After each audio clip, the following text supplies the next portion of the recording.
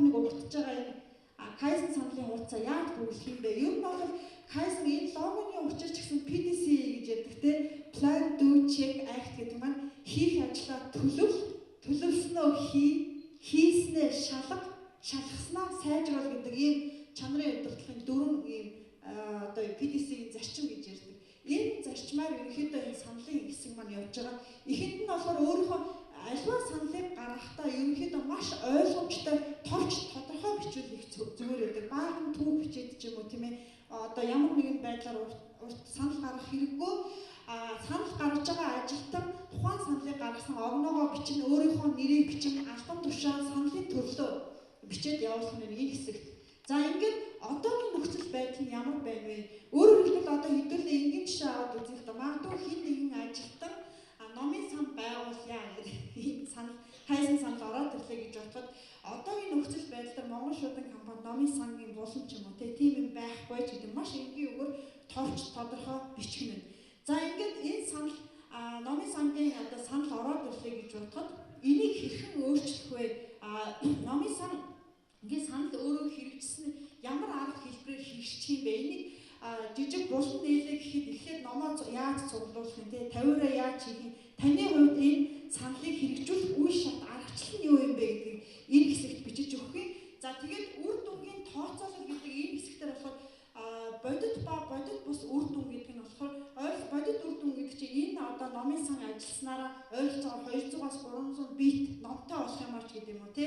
За бит бус үр дүн гэхээр ажилтнууд ном уншдаг, ном солилцдог ийм соёлтой болох юм ач гэдэг юм уу. Ингээд энийг чанарын дугуйлан ч юм уу тухайн одоо газар алба хэлсэн маань үргэлжлүүлээд явхлаар нөгөө энэ зарчмаараа энэ чинь нэг удаа хэрэгжээд ингээд бай болчихгүй байхгүй юу. Магадгүй цаашаа илүү сайжруулалт хийгээд авч явахын тулд компани соёл болгоод жилд нэг удаа номын баяр хийдэг ч юм уу те ийм арга хэмжээ болгоод тогтмол ийм үйл ажиллагаа явуулчих болно. Тэгэхээр ерөнхийдөө бид нар эндээс ямар дүгнэлтийг хийж болох вэ гэхээр таны санал өөрөө үр өгөөж олонд яаж илүү сайн сайхнаар одоо буух вэ гэдэг юм уу те энэ талаас нь бас их бодож сайн сайхан талыг их бодож тооцоолж ивэл их зүгээр юм байна. За тэгээд Kaizen саналын гол нөгөө философи түрүү хэлээд байгаа соёл хандлагын гол үг нь энд явж байна. Бүтээлч бай, шинэлэг бай, тасралтгүй сайжруул. За ерөнхийдөө бол Kaizen саналын сургалт маань энэ түрээд өндөрлж байна. За орж ирэхэд энийг ингээд наасан байгаа. Тэгээ одоо нэг азтан шалгар болох юм байна. 10 азтан шалгар болох юм байна. Орж ирэхдээ энэ дээр наахта өөрчлөлий гэсэн бичгтэй юм наасан 10 Kaizen гараад ирж 10 өөрчлөлий гэдгээ нааснаа санаж байна уу? Мартцсан уу? 10 хүн байгаа. За ямар ч байсан шагнал байгаа. Энэ нь болохоор Kaizen багц гэдэг зохион байгуулагчдын зүгээс бэлдсэн багцаа байгаа юм байна. За тэгэхээр шагналыг гардуулж өгөх хэмээн гүйцэтгэх захирал Анхбаатар болон за бүтээлчийн хорооны гишүүдийг Kaizen-аас урьж байна. Гүйцэтгэх захирал Анхбаатар болон бүтээлчийн хорооны гишүүдийг Kaizen-аас урьж байна. За батлах захирал өөрчлөлт гэдэг шагнал төмбөл биш үстэй тийм биш явах гэж бодож байгаа шээ. Өөрчлөлт гэж нааснаа санаж байгаа юм байна уу манайхан? Байна уу? За 10 тоолол байхгүй дараагийн 11 дуудаа. За хэдэн хүн байна тоолоод байна? Хэдэн хүн байна? За санаа дуудсан сөрөн. За ийшээ зогсцооч манайхан тийшээ зогсцооч. Хэдэн хүн байна? Тоолоод байна.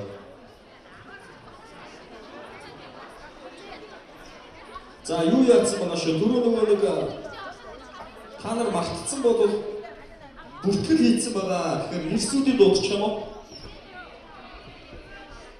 Яна одоо гарч ирсэн ус буух болох гэдэг.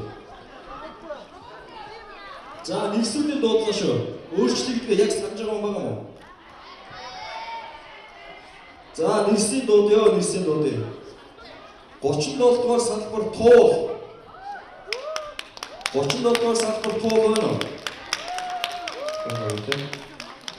За санхүүгийн газрын дулам сүрэн. За таацдаг болсон байна. Энэ яг юу гэж байна?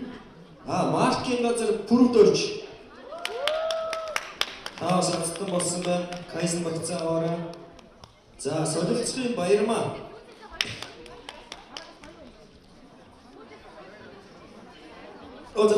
байж.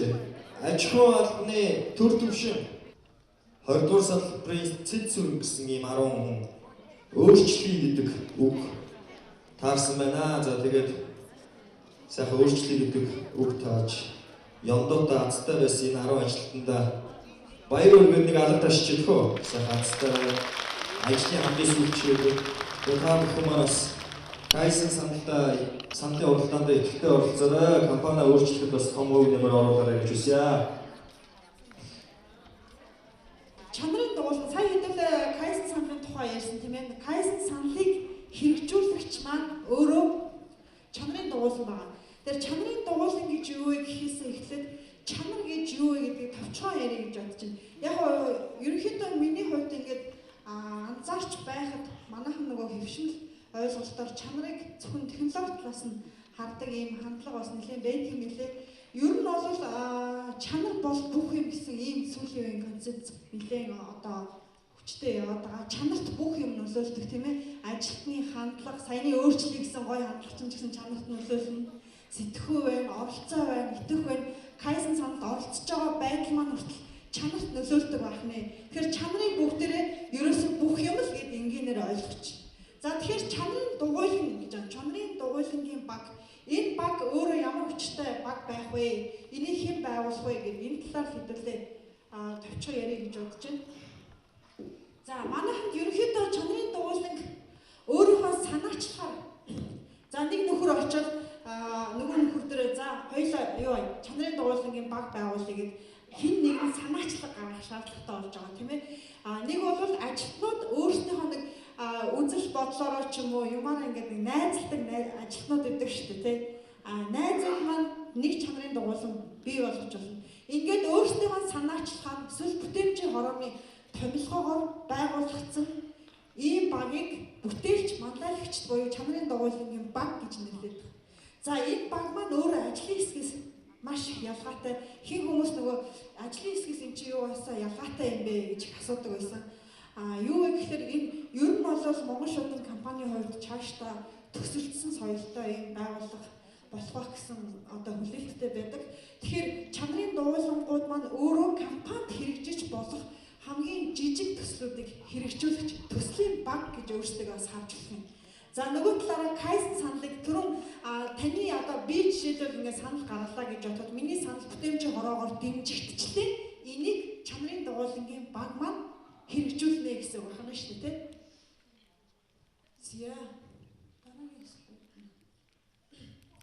За чанарын дугуйлан өөрөө ямар байх ёстой вэ? Чанарын дугуйлангийн журам батлагдсан байгаа. Эндээс харах хэдүүлээ харъя л да. Ирч хүч гэхэд ийм өөрийн гэсэн нэртэй байх ёстой. Ирч хүч гэсэн нэртэй байж болно.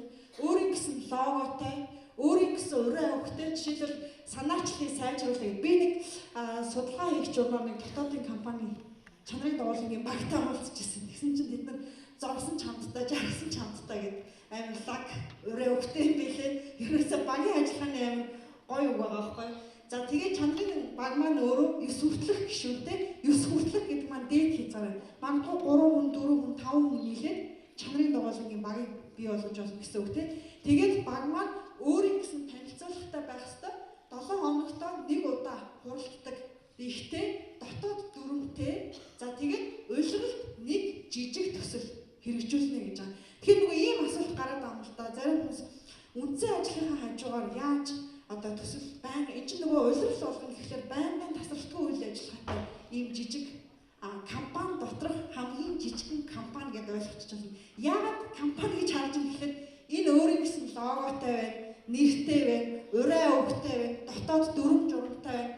За тэгээ хуралддаг дэгтэй байна, тасралтгүй үйл ажиллагаа явуулдаг ийм журамтай байх юм тийм ээ. Тэгэхээр яаж үндсэн ажлынхаа хажуугаар хийх вэ гэхээр бүтээмж талаас Монгол хүний ер нь бүтээмжийг сая Японы нэг эрдэмтэн судлаач нар тогтооцсон тийм ээ. Ажлын нийт 8 цагийн 43-аас 45% ашиглагдчих байна. За тэгээд энэ маань өөрөө хамгийн гол нь жижиг төсөл учраас нөгөө айхтар их ажил хийгдэх тэгэхгүй бага зөв хуваарлаад ажиллаж байгаа бол зарим төслийг 1 сарын хугацаанд ч гэсэн хийх боломжтой байхгүй. Тэгээд төсөл гэдэг агуулгаараа жирийн одоо ажил гүйцэтгэх аргачлаас нэлээд өөр байгаа.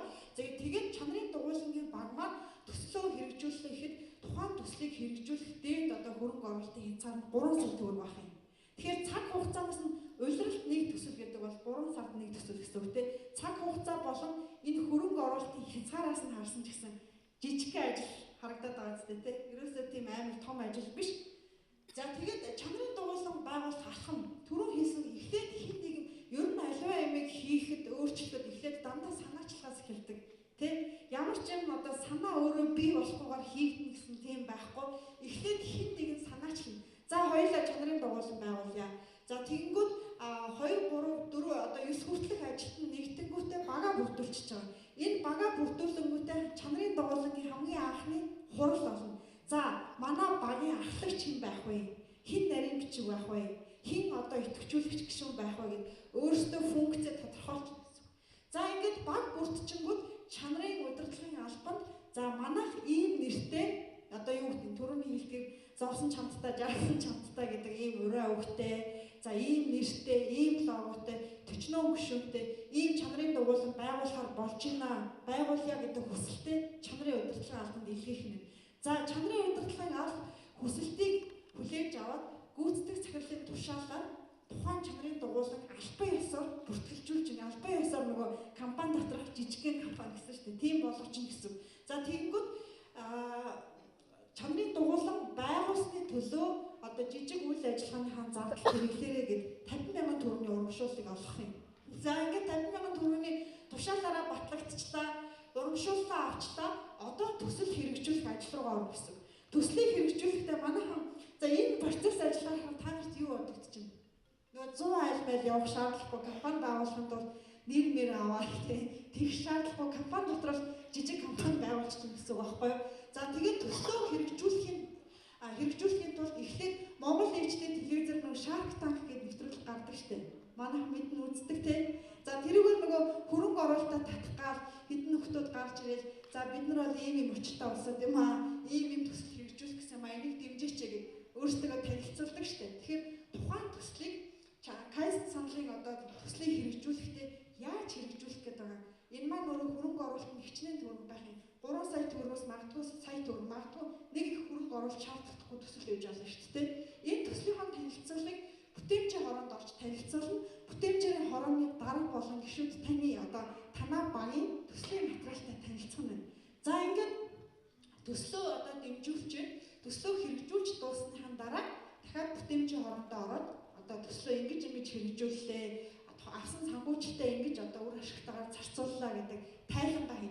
Энэ дээр нэг би өөрөө бүтээмжийн хорооны гишүүний хувьд нэг тайлбар хийхэд манайх нөгөө захирлууд гэдэг утгаар нь ороод сандрах айхан байхгүй. Бид нар ер нь айгүй тийм нээлттэй чөлөөтэй байна. Айгүй гоё багаа ороод танилцуулаад төслөө танилцуулаад хөрөнгө оруулалт авнаа л гэсэн. За ингэсний дараа ерөнхийдөө чанарын дугуйлан маань ийм алхмаар байгуулагдах нэ. За ажиллах арга барил түрүү би нөгөө ихэнд хэлсэн тийм ээ. Энэ маань өөрөө ажлын хэсэг биш шүү гэдгийг онцлсан байгаа. Төсөл хэрэгжүүлэгч компани доторх жижиг компани амбицтай, ирч хүчтэй ийм багууд шүү гэдгийг онцлоод байгаа тийм ээ. За ажиллах арга барилыг харахаар PDC гэдэг түрүү Kaizen саналын систем дээр ярьжсэн хийх ажлаа төлөвлөх, хийх, шалгах, сайжруулах гэсэн энэ одоо техникийг ашиглан мөн чанарыг сайжруулах 7 хэрэгсэлгээд чанар гэхээр л ерөнхийдөө Япон болон одоо Герман улс Япон чанар, Герман чанар гэдэг ойлголт бол өөрөө бий болсон тийм. Ишикавагийн 7 хэрэгсэл гэж байдаг. Энийг үйл ажиллагаанд ашиглах ёстой. За тэгээд тархины шуургыг тогтмол хийж явах ёстой. Тархины шуурга хийсний дараа чанарын дугуйлангууд одоо юу гэдэг нь жилдээ нэг юм уу 2 удаа уулзаад хоорондоо гоё тэмцээн хийдэг байж болно, хилцүүлэг хийдэг байж болно, уулзалт хийж болно. Аль нэг чанарын дугуйлан манлайлаад үнэхээр сайн ажиллаа гэхэд бусдаа ч гэсэн арга техникээс яаж тэгж амжилтанд хүрээд байгаа юм гэдгээс бас хуваалцах гэмгүй. Тэгээд гоё ууланд гараад хурал хийсэн ч гэсэн дандаа нөгөө юу гэдэг нэг өрөөнд тойрч суугаад хийх биштэй гоё чөлөөтэй байдлаар хийж болно. Ерөнхийдөө чөлөө нэлээд чөлөөтэй ийм бүтээлч баг л гэж ойлгож болох юм. За, ингээд ерөнхийдөө та чанарын дугуйлан байгуулснараа ямар ач холбогдол танд ямар үр өгөөж ирэх юм бэ гэдэг асуулт гарч ирж байгаа. Нэгдүгüүрт нь энэ маань нөгөө зовбол хамт жаргасан ч хамт гэдэг шиг энэ өөрөө багаар ажиллах одоо хүний ур чадрыг маш их сайжруулдаг. Бүтэн нэг жил хамтдаа яваад үзэхлээр нэг нэгэндээ хайртай болохгүй гэдэг яг тийм. Жишээлбэл манайх сая чанарын удирдлагын албанаас 5 сая багийг анх удаа байгуулсан. Яг өмнөх ихэд бол анхандаа манайхан нөгөө аудиторууд маань ингээд бүх газар алба хэлцээс одоо захирлуудаас нь санал аваад явахад юунд ирж байгаагаа ч мэдэхгүй аягүй зарим хүмүүс нөгөө бухимдалтай байсан л та. Үндсэн ажлаа яа гэж яхад одоо юу ингээл 5 сая хурал мурал гэж аягүй төвөгтэй юм гээд. Одоо манай баг бол аягүй гоё болсон. Би дотроо ингээд нэгнийхээ төрсөн өдрийг хийдэг, хамт уулздаг аягүй гоё тийм нягт баг болж чадсан. Тэгэхээр багийн үйл ажиллагаа багаар ажиллана гэдэг бол өөрөө аягүй гоё юм байт юм байна лээ шүү. За хоёрт нь болохоор манлал гэж байгаа. Ерөнхийдөө чанарын дугуулангийн баг маань өөрөө багаараа манлайлах ийм ур чадвар суртна. Гуравт нь болохоор түрүү хэлсэнтэй тэр Ишикавагийн 7 хэрэгсч гэдэг юм уу, brainstorm гэдэг юм уу. Дандаа энэ маань өөрөө Японы чанарыг сайжруулах технологи учраас та шинэ зүйлд байнга суралцаж явна гэсэн үг. Магадгүй урд нь хизээч төсөл гэдэг агуулгаараа харсан ч гэсэн төсөл гэдэг өөрийн гэсэн форматтай байж байгаа, өөрийн гэсэн ажиллах арга барилтай гэдэг учраас та энэ баг байгуулснараа маш их хувь хүний хувьд өсөж дэвжих шинэ зүйлийг суралцах гарц боломж бий болох юм аа гэж ингэж харж байна. За бүтэмжийн хороо чанарын дугуулгын төслийг урьдчилсан одоо түрүүн Монгол ээжтэй шиг ороод танилцуулна гэж байна шүү дээ. Яаж одоо бүтэмжийн хороо үнэлэх юм бэ гэхээр нэгдүгээр төслийн ач холбогдлыг харах юм. Чанарын энэ дээр нэг юм тодтогоод хэлж байгаа нөгөө Kaizen саналын систем маань дэмжигдсэн бол чанарын дугуулгыг хэрэгжүүлнэ гэж байгаа шүү дээ. Зарим тохиолдолд чанарын дугуулга өөрсдөө төслийнхөө саналыг гаргаад манайх ийм төсөл хэрэгжүүлье гэдэг байдлаар орж ирж байна. Энэ тохиолдолд бол төслөөс гарах одоо ач холбогдол нь юу вэ? Хэрэгжүүлэх хугацаа нь юу вэ? Ямар аргачлалаар энэ төслөө хийх юм те? Үр дүнгийн тооцол энэ төслийг хэрэгжүүлснээр ямар үр дүн гарах юм бэ? Ийм дүрмийн одоо хөрөнгө оруулалт шаардлагатай байна. Гэхдээ 3 сая төгрөгт багтах ёстой гэдэг бол байнга санах ёстой. За тэгээд тухайн төсөл хэрэгжсэний дараа бүтэмжийн хороо маань дахиад үнэлгээ хийгээд урамшуулах юм байна. Тухайн төслөөс ямар үр дүн ач холбогдол бий болвоо? Сайжруулалтын 7 хэрэгслийг хэр одоо сайн ашигласан бэ? Багийн ажиллагаа тэгш оролцоо хэр байсан бэ? Манлайлах ур чадвар хэр байсан бэ? За хөрөнгө оруулалтыг үр дүнтэй ашиглаж чадсан уу гэдэг үндсэндээ ийм 5 шалгуураар чанарын дугуйлангуудын багаас шилдэг төсөл одоо боловсруулагч багуудыг улирал болгон шалгаруулж байх юм аа. За улирлын шилдэг чанарын дугуйлангийн баг маань саяны дээр нөгөө хөрөнгө оруулалтаа бол төслөө хэрэгжүүлэхдээ ашиглана гэсэн үг шүү дээ, тийм ээ. 150 мянган төгрөгийн урамшуул авна. Хагас жилдээ 250 мянган төгрөг, жилийн шилдэг чанарын дугуйлангийн баг маань 500 мянган төгрөг давхар Аз намхан далайн шуудангийн коллежид хүссэн чиглэлээр 3 одоо нэг 5 чанарын дугуйлангийн гишүүнтэй баг байлаа гэхэд хамгийн дотооддоо хурал хийгээд хамгийн идэвхтэй оролцсон 3 хүний ч юм уу хүссэн чиглэлээр сургалтанд явуулах нэ. Түрүү хэлээд байгаа Японд энэ Kaizen гэдэг энэ тасалбарыг сайжруулдаг ийм бүтцийг бол маш сайн ашигладаг. Тэгээ Японы Toyota компани бол энийг бол маш сайн ашигладаг. Тэгээ жижиг Kaizen саналууд явсаар байгаа өнөөдөр Монголын Улаанбаатар хотын гудамжаар явж байгаа Plus машин хүртэл тэр жижиг саналуудаас үүдсээр байгаа гарч ирсэн. Тэгэхээр Монгол шуудын компани ч гэсэн бас өөрийн тийм Plus саналаа олох энэ саналуудаас олох болов гэж одоо найдаж байгаа. Тэгээд сургалт зохион байгуулсан чанарын удирдлагын албанд хэдүүлээ нэг баяргаа дахиад алгадчихж байгаа юм. Маш сайн сургалт зохион байгуулсан баярлалаа. За тэгээд ерөнхийдөө хөтөлбөрийн дагуу үйл ажиллагаа ингээд дуусч байгаа тийм ээ. Kaizen саналын уралдаан. Шууд хөрвүүлтийн чанарыг сайжруулах, шинэ бүтээгдэхүүн үйлчлэгийг нэвтрүүлэх зорилгоор сайжруулын санаачны уралдааныг заргаж байна. Саналаа дараах ангиллуудаар гаргахыг зөвлөе. Хөрвүүлтийн чанарыг сайжруулах санал. Хөрвүүлтийг илүү хурдан найдвартай болгоход сайнаар нөлөөлөх санал. Ажлын явцад гарч буй алдаа дутагдлыг архилах санал. Хөрвүүлтийн ажлын арга барилыг сайжруулах бүтээлч санал. Шинэ бүтээгдэхүүн үйлчлэгийг нэвтрүүлэх санал. Компани ашиглалт боддоор нөлөөлөх үйс шинэ бүтээгдэхүүн үйлчлэгийн санал. Бусад санал. Өөрчлөлт сайжруулахыг хүссэн бүтээлч шинэлэг санаануудаа бусад саналын төлөөр илгээгээрэй. Саналыг 2018 оны 11-р сарын 1-ээс 31 хүртэлх хугацаанд санал хүлээн авах хайрцаг kaizen@mongolpost.cg-ийн захим хаяг шуудангаар чанарын удирдлагын албанд хаягдлан илгээх бөгөөд англи тус бүрээр шилдэг нэг kaizen саналыг шалгуулж урамшуулна. Зохион байгуулагч бүтээмжийн хороо чанарын удирдлагын алба. Зүр нь ойлгомжтой тийм. Яг нь манайх бүтээмжийн хороогоор сар болгон ерөнхийдөө нөгөө нэг Kaizen саналын уралдааны сэдвийг ингэж ерөнхийдөө баталж байна. Явъя гэсэн. Гэхдээ ямар ч санал дурын саналаа та өгж болно. Бүтээмжийн хорооны хурлаар бол сая хөдөлтийн чанар за дээрээс шинэ бүтээгдэхүүнчлэлтэй холбоотой гэсэн ийм 2 мэлцэн. Гэхдээ бусад буюу ямар ч санал байж болно шүү. Том санал ч байж бол бид нар нөөцөндөө аавна. Гэхдээ түрүүний хэлсэн шалгууруудыг өөрсдөө бодчих хэрэгтэй.